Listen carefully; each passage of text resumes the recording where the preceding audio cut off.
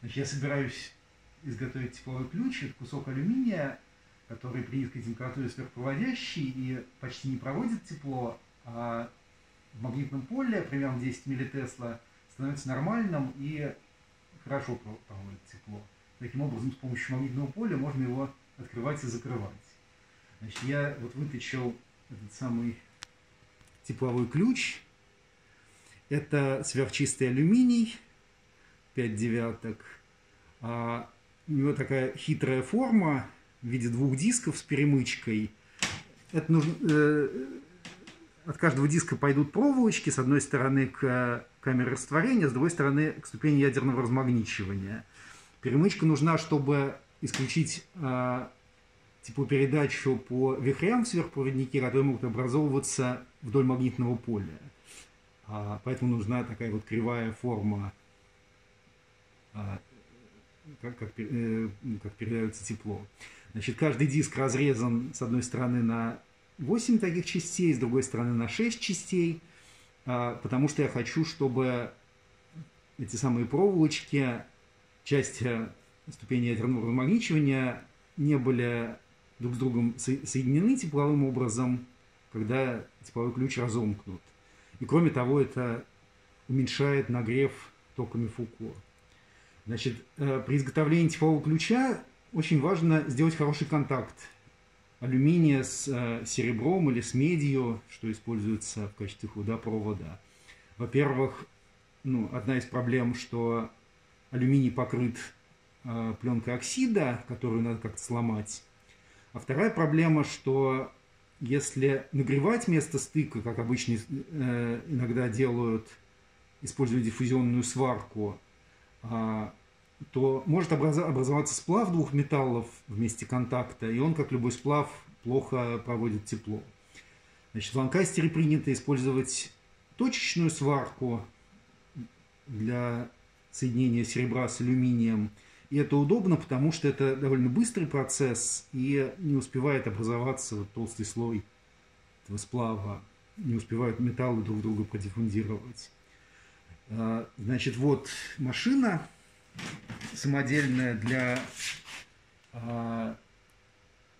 точечной сварки. Это просто понижающий трансформатор с 220 вольт примерно до 16. Вот здесь регулируется в некоторых пределах. И, соответственно, получается большой ток до, я уж не знаю, 60 ампер или больше, который можно пропускать через через вот эти контакты. Вот контакты, сюда зажимается деталь. Значит, по сравнению с той промышленной машиной, которая у нас есть, это более мягкий процесс. Во-первых, эта машина не прикладывает большую силу к деталям, и, соответственно, алюминий он легко плавится, и он так не раздавится совсем.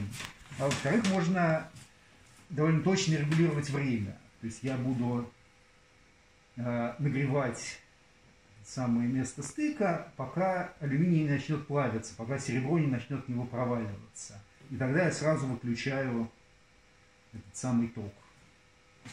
Вот, попробуем сварить. Значит, сначала я буду приваривать более короткие проволочки с той стороны, которая идет наверх, к камере растворения. Значит, я немножко сплющу ее, чтобы она лучше фиксировалась. Это не важно, она все равно отожжется при сварке. Значит, я ставлю проволочку в специально заготовленную канавку и сжимаю электродами. Допустим, так. Значит, я включаю нагрев и смотрю на проволочку. Как только она начнет проваливаться внутрь алюминия, то я сразу все выключаю. Оп. Проволочку я приварил не очень аккуратно, перегрел ее. Вот сейчас буду вторую делать. Значит, я опять немножко сплющиваю, чтобы лучше держался электрод. И дальше вставляю чтобы это все держалось. Так, и поехали. Оп. Запропал.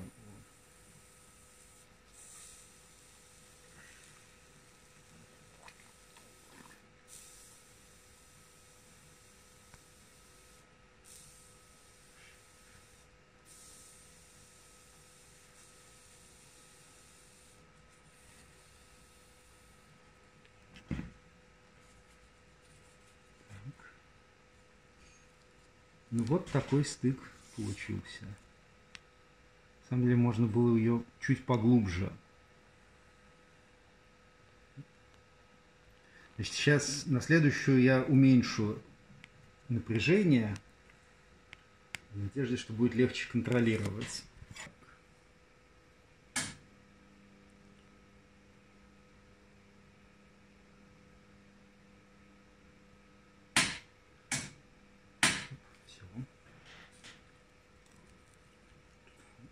Да, вовремя надо поймать момент, когда она проваливается.